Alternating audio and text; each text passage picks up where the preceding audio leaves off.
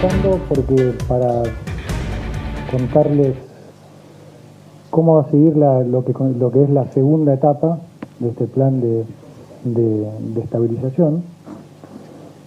Pero déjenme entonces, como siempre, arrancar un poco contando la historia recibida, porque esto siempre pone de alguna manera en perspectiva lo que podría haber pasado y la situación en la que estamos hoy. Como ya ha dicho muchas veces el presidente, hemos heredado la peor herencia de la historia, lo peor de las últimas 3 crisis, del Rodrigazo, de las hiperinflaciones del 89-90 y de la salida de la convertibilidad, ¿no? Piensen que de vuelta en cada una de esas situaciones se terminó en crisis. En este caso, digamos, la combinación de esas 3 y se pudo evitar la crisis, es decir, recibimos un paciente literalmente en terapia intensiva y hoy, digamos, estamos en una situación ya claramente de recuperación.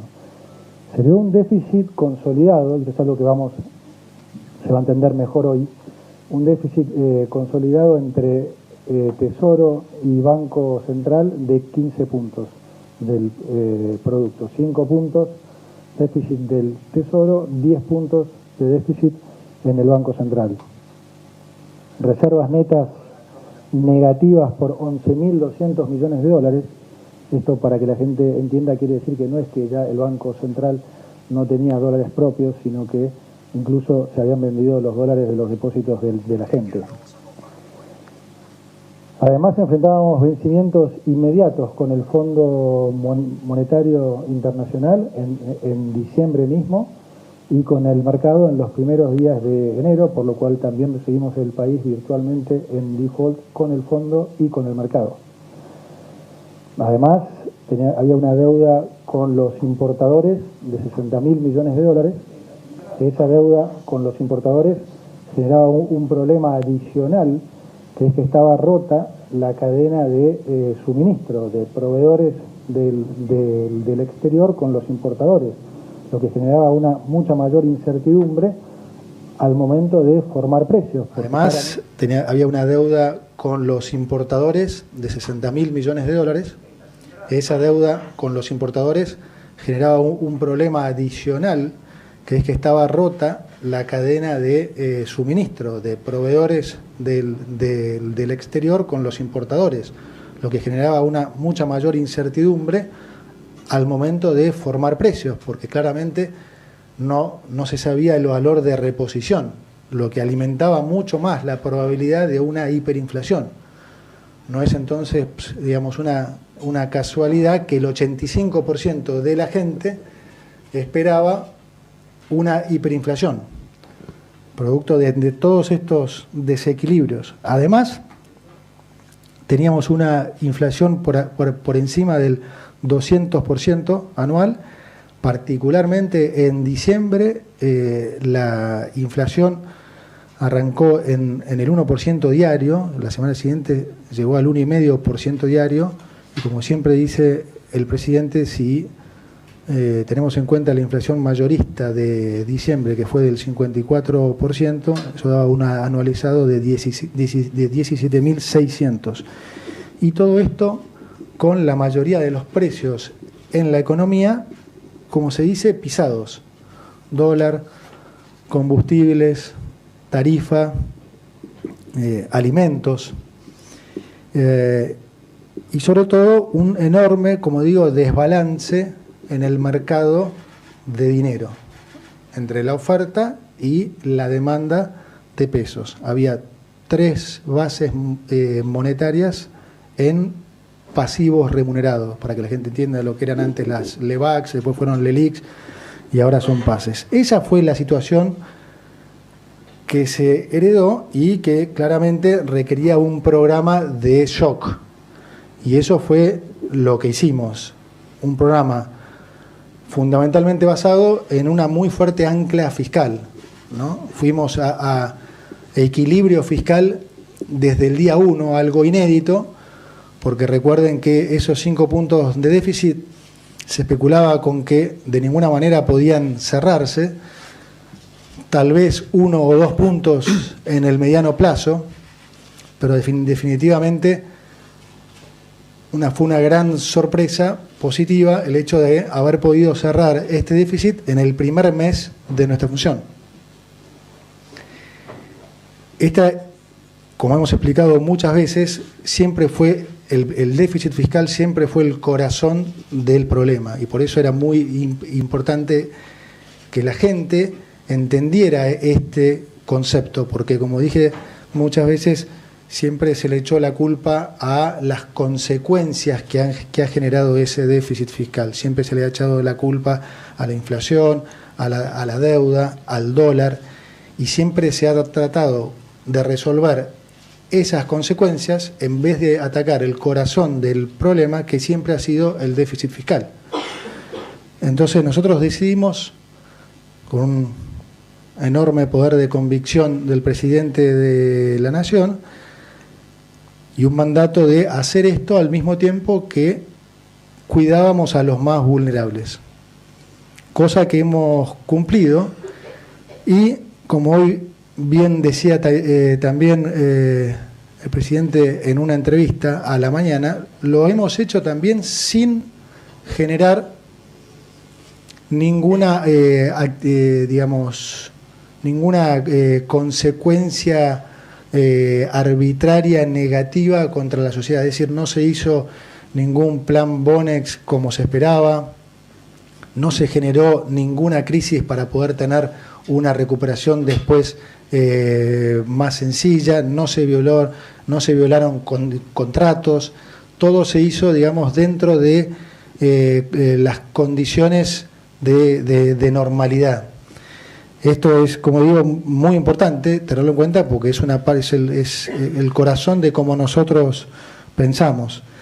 Ahora bien, como dije, estamos acá porque estamos ya en lo que nosotros consideramos lo que sería la segunda etapa de este plan de estabilización, que consiste esencialmente en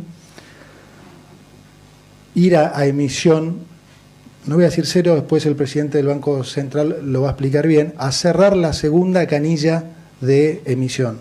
Recuerden que tenemos 3 canillas de emisión monetaria. Una es el déficit fiscal, la segunda son los intereses que el Banco Central paga por esos famosos pasivos remunerados, LEVAX, LELIX, PASES, y el tercero es cuando el Banco Central compra dólares, que digamos que es el único efecto, si se quiere, de emisión que no es dañino, porque de alguna manera está siendo compensado por mayor acumulación de reservas. Entonces, en la primera etapa se cerró la canilla de la emisión de dinero por déficit fiscal, algo de lo cual se abusó enormemente durante el gobierno pasado, ¿no? Y que generó todo este desbalance y esta inflación que hemos visto y que estamos viendo.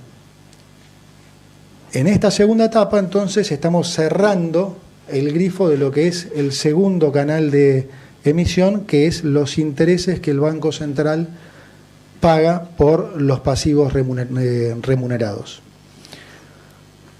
Santiago después va a explicar este proceso en mucho más detalle. Y esto, digamos, ¿por qué lo estamos haciendo? Porque queremos dar mayor certidumbre y mayor solidez aún al programa económico, para que de alguna manera deje de haber ansiedad con respecto a cuándo va a ser la salida del cepo cambiario. Alguno dirá, se están enamorando del cepo. No ese es el caso. Lo que nos hemos enamorado es del orden macroeconómico. Y de lo que nos hemos enamorado es de no generarle un problema a los argentinos. Entonces, para nosotros, la salida del cepo es una tercera etapa, ¿sí?, que va a ser una etapa de crecimiento y de salida del cepo, en la cual, como ya he dicho muchas veces, no nos hemos fijado una fecha, nos hemos fijado parámetros que esencialmente implican orden macroeconómico, para que cuando hagamos esto estemos nosotros lo más seguros posible que no va a generar ningún sobresalto en la gente. ¿Qué quiere decir sobresalto? Bueno, alguna potencial suba del dólar, que como saben eso genera más inflación, desempleo, todas cosas que los argentinos ya han visto durante mucho tiempo. Entonces lo que nosotros buscamos aquí es que la gente entienda la robustez de este programa y que esto nos va a permitir, digamos, profundizar lo que hemos venido haciendo, profundizar el proceso de desinflación y de esa manera, como digo, darnos el tiempo que consideremos necesario para que podamos salir también de las restricciones cambiarias cuando las condiciones macroeconómicas estén dadas. ¿Cuánto poco? Gracias. Bueno, un poco complementar los detalles de qué es esta fase 2 y qué implica cerrar esta canilla y por qué es tan importante cerrar esta canilla, esta segunda canilla de emisión monetaria. Todo esto es un esfuerzo, es seguir profundizando el esfuerzo de saneamiento del balance del Banco Central. ¿Qué quiere decir sanear el balance del Banco Central? Al final el Banco Central es el que emite los pesos que todos tenemos en la sociedad y cuanto más sólido sea el balance del Banco Central, más sólido es el respaldo que tienen esos pesos. ¿Qué es un balance más sólido? Es un balance que tiene mejores activos y menos pasivos. Los mejores activos los venimos logrando con la acumulación de reserva hasta ahora. La recuperación por el lado del pasivo es reducir el monto de los pasivos, reducción en términos reales que se viene haciendo de esos pasivos y reducir los intereses que generan esos pasivos sobre el balance del Banco Central. Como comentó recién, los pasivos son principalmente los pasivos remunerados del Banco Central los que generan un problema, que son lo que eran las LEVAX, que después pasaron a ser las LELIQs, que hoy son los PASES. Esos pasivos remunerados pagan intereses y esos intereses se pagan con emisión monetaria. Para darles una idea de tamaño y de magnitud. Cuando comenzamos la gestión, los pasivos remunerados que estaban en el balance del Banco Central emitían el equivalente al 40% de la base monetaria todos los meses. ¿Qué es la base monetaria? Usémosla como un proxy de cuántos pesos demanda la sociedad, cuántos pesos quiere tener la sociedad, la gente en su bolsillo, en el agregado. Bueno, todos los meses se emitían 40% de ese monto adicionales solamente como componente de intereses sobre los pasivos del Banco Central. Esto era 2 veces lo que se emitía por el déficit. O sea, los intereses sobre los pasivos del Banco Central pasaron a ser mucho más relevantes que lo que se estaba emitiendo por déficit. Y ahí también se comprometía mucho, algo que voy a comentar un ratito, que es la herramienta esta de la tasa de interés como herramienta de política monetaria. Todas las discusiones de si sube la tasa, se baja la tasa, para el Banco Central empezaba a generar un conflicto, porque si subía la tasa para que el peso se haga más atractivo, tenía que emitir más pesos como resultado de los intereses sobre sus pasivos, que lo hacía menos atractivo. Entonces era un equilibrio muy fino y muy difícil de lograr. Por eso el foco inicial fue reducir fuerte esos pasivos y aumentar los activos. ¿Cómo vamos a hacer para recuperar o para terminar de emitir pesos como consecuencia de los pasivos del Banco Central? Sincerando a quién le corresponde estos pasivos. Estos pasivos tienen un origen en el déficit fiscal. En los años anteriores, en los momentos donde no había acceso al financiamiento, cuando se incurría en déficit, como no había acceso a endeudarse para pagar el déficit siempre se paga de alguna manera. O se financia con deuda o se paga con emisión monetaria. Si no hay acceso al financiamiento, se accedió o se eligió por ir por la emisión monetaria. Esa emisión monetaria era más de lo que la sociedad quería, de lo que la sociedad demandaba. Era una cantidad de pesos que se emitía como consecuencia del déficit que superaban la base de dinero, que es lo que decía recién, que es un proxy para la demanda de dinero, la base monetaria. Entonces, cada vez que ese déficit era mayor a la demanda, que tenía la sociedad por esos pesos, el Banco Central tenía que reabsorber esos pesos. ¿Cómo? Colocando pasivos que pagaban un interés para hacerlos atractivos. De esa manera se llegó a ese desbalance. Entonces lo que estamos haciendo ahora es sincerando esta situación, como decía, donde el responsable de esos déficits fue el Tesoro en el pasado. Pero la deuda de estos pasivos se alojaron en el balance del Banco Central. Hoy lo vamos a devolver al balance del Tesoro. Vamos a reemplazar los pasivos remunerados del Banco Central por pasivos del Tesoro que remunerará el Tesoro. El Banco Central va a seguir administrando la política monetaria, va a seguir operando de una manera muy similar a la que opera hoy, pero ya no sufre la consecuencia de que los movimientos en la tasa de interés resulten en mayor emisión monetaria. Esos movimientos en la tasa de interés o esa remuneración de esos pasivos al final van a terminar en mayor endeudamiento del Tesoro. ¿Qué quiere decir esto? Que el Tesoro se compromete doble a su performance fiscal. Esto que hasta ahora fue, si se quiere, una promesa política o de tener un objetivo de un déficit fiscal cero, ahora pasa a ser una medida en la que es importante que sea muy responsable, porque se tiene que hacer cargo en forma directa de este equilibrio monetario. Los agentes económicos, el mercado, van a estar mirando la solidez del peso en base al compromiso del Tesoro en cumplir con el déficit fiscal en forma muy directa. ¿Qué es lo que hace esto en términos de la política monetaria? Esto le devuelve o le reintegra una autonomía muy importante al Banco Central, principalmente por esto que comentaba hace un ratito, que es que el Banco Central puede fijar la tasa de interés sin preocuparse sobre el daño que puede causar sobre su propio balance. Ya desaparece este conflicto de interés en términos de si subo la tasa, ¿qué problema me causa? Entonces, puede moverse cómodamente a un terreno donde la tasa de interés puede ser positiva en términos reales y lo único que está haciendo es jugando un equilibrio macroeconómico o apostando a un equilibrio macroeconómico que al final va a estar solventado por la performance fiscal. Esta autonomía que suena como algo como si fuese técnico, al final es la herramienta que el Banco Central tiene para enfocarse en su principal función, que es erradicar la inflación. Ese es el objetivo principal de todo esto. Eliminar una fuente de emisión monetaria que le da autonomía al Banco Central para seguir ejecutando una política monetaria que erradica la inflación. Esto hasta ahora es a un nivel muy conceptual, en el sentido de cómo está hecho este anuncio, porque lo que estamos haciendo es, a partir del lunes, ya convocamos a los bancos a una reunión del Banco Central, donde vamos a empezar a entrar en los aspectos técnicos de esta medida, donde vamos a ir trabajando con ellos en la implementación. Durante las próximas 2 semanas van a ir saliendo, ustedes van a ir viendo distintas normativas del Banco Central y del Ministerio de Economía, que van a ir normando y estableciendo los parámetros para este nuevo esquema de política monetaria. Entonces es mejor anticiparlo para no sorprender a nadie cuando vayan saliendo esas medidas y que se entienda en qué marco se están tomando estas medidas.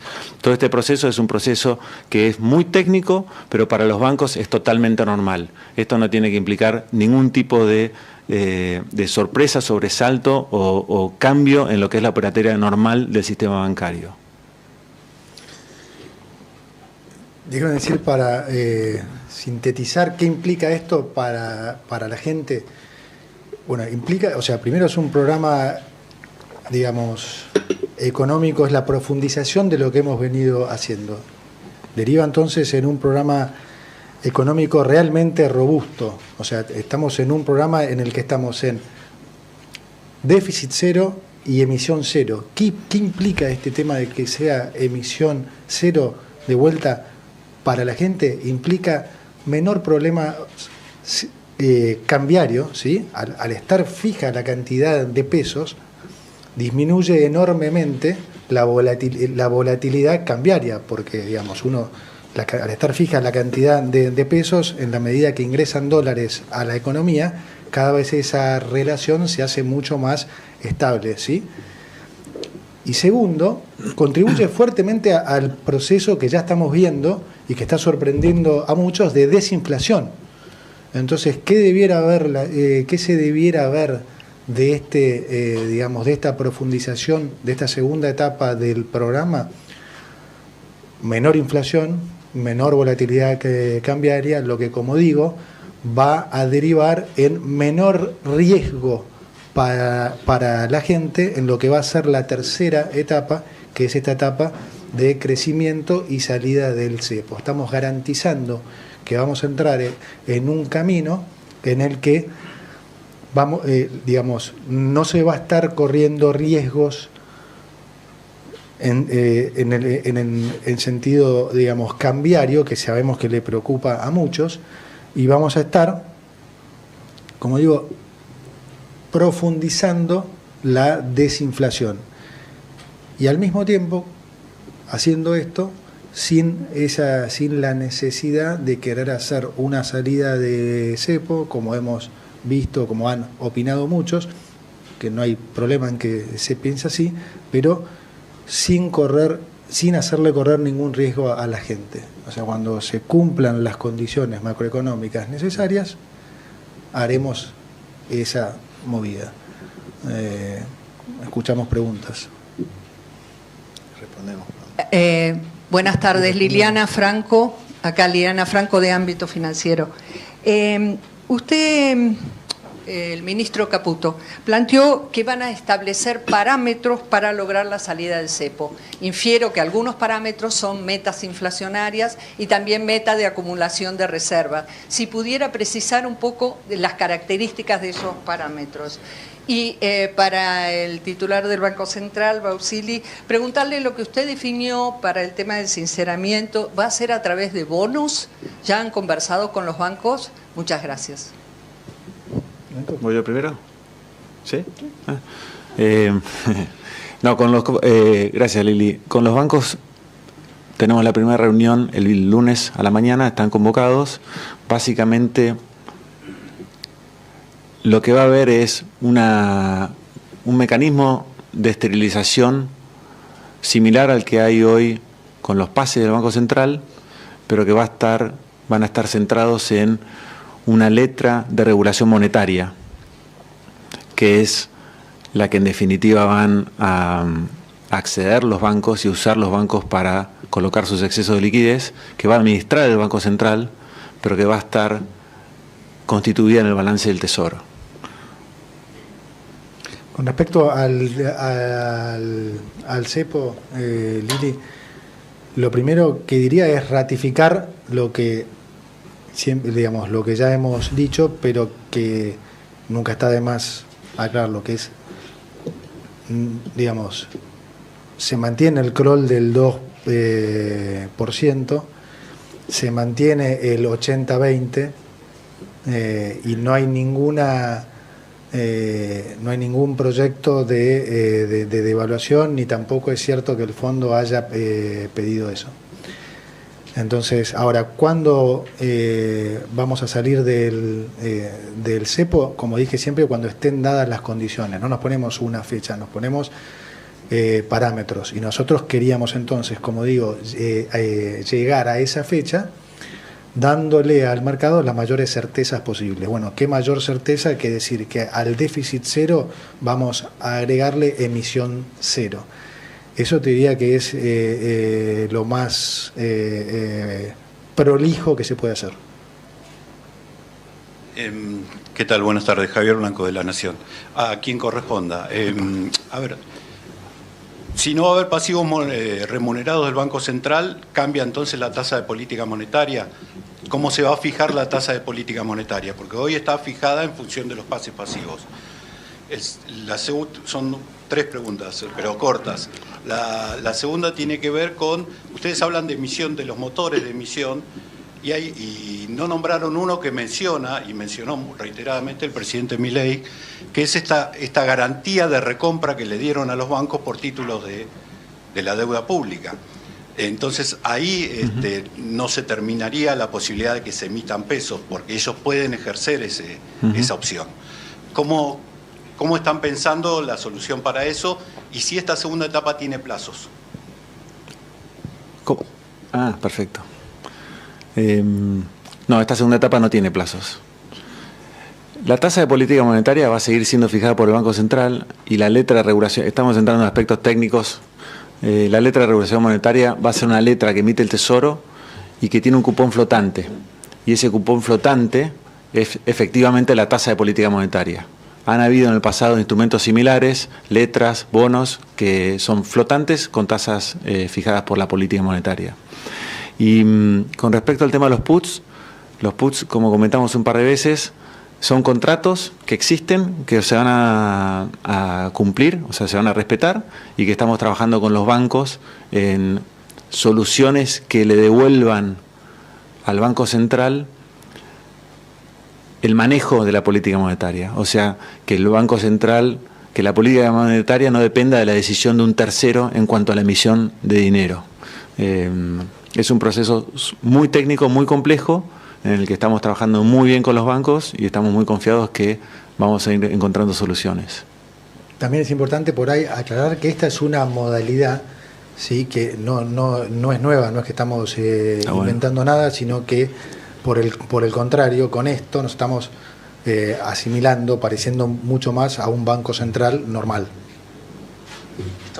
Buenas tardes, Agustín Massa de Infobae.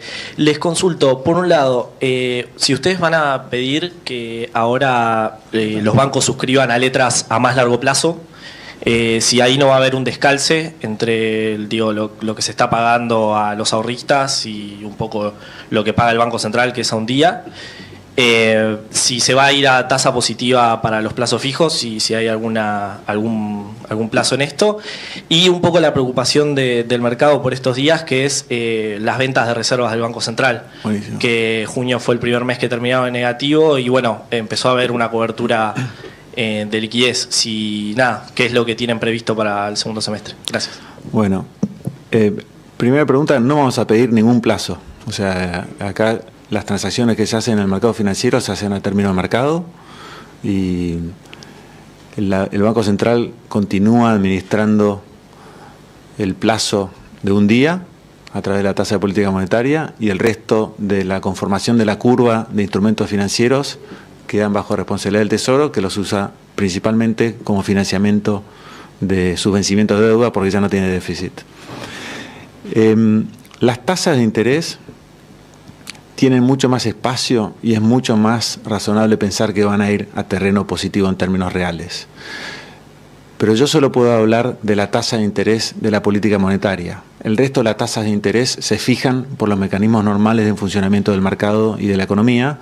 Y entonces, ¿cuándo la tasa de interés de los plazos fijos va a ir a terreno positivo o no, en términos reales?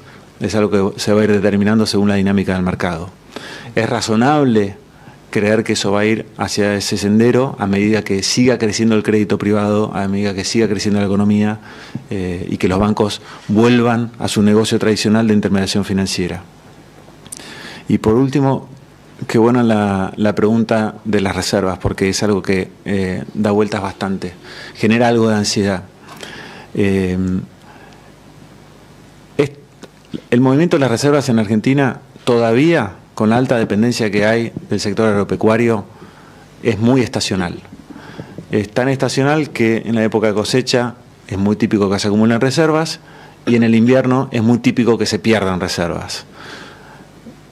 Eso, para aquellos que leyeron las revisiones de acuerdo con el fondo, ahí se incluyen metas de reservas trimestrales y se ve perfectamente que en nuestro programa, ya en diciembre y acentuado en la revisión de marzo, se contemplaba que a partir de junio hasta septiembre se pierden reservas. Es lo que pasa prácticamente todos los años en Argentina. Y en el último trimestre se recuperan. De hecho, de acá a septiembre se debieran perder, dentro de lo que es el programa estipulado, 3.000 millones de dólares. A veces 4.000, a veces 2.000. Pero eso es lo totalmente normal. Que junio haya terminado donde terminó, creo que terminó menos 54 millones, o sea, prácticamente cero, y no un poco más positivo, es solamente consecuencia de que este invierno se adelantó. El mayo fue el mayo más frío que hay en registro. Y eso hace que importemos más gas para calefaccionar en estos meses del año. Si junio viene más leve o julio viene más leve, puede ser que eso amengue un poco. Pero no es sorpresa, es lo que se espera, es lo que anticipamos y es lo que anticipábamos en el diseño original de diciembre del año pasado. Perdón, sí. La primera pregunta era sobre el posible descalce entre los depósitos de los ahorristas y ustedes están viendo a los bancos que suscriban escriban a letras a más largo plazo. Está buena la pregunta. No le pedimos nada a nadie. Los bancos naturalmente tienen un negocio de descalce. Es la forma en que los bancos en el mundo generan un retorno. Se fondean a corto plazo con los depósitos de la gente y prestan a veces a hipotecas, a veces a créditos prendarios, a veces a créditos personales. Por lo general hay un descalce. Es raro que la gente haga depósitos en los bancos a 25 años y existen hipotecas a 25 años. Acá los bancos tienen opciones para elegir. Típicamente lo natural no es que se coloquen a tasa del Banco Central a un día. Típicamente los sistemas financieros en el mundo están calzados en liquidez o están cortos de liquidez. Van al Banco Central para pedir liquidez. Nosotros sufrimos todavía una anomalía como consecuencia de los déficits fiscales del pasado que se financiaron con emisión monetaria, que nuestro sistema está sobrecargado en liquidez. A medida que rebuscamos las fuentes de emisión de monetaria, eso se debería ir normalizando. Voy a hacer un número de comparación. Hoy la base amplia, quiere decir los pasivos del Banco Central en pesos, constituidos por el circulante, más los pases, los pasivos remunerados, son aproximadamente 8 puntos del PBI.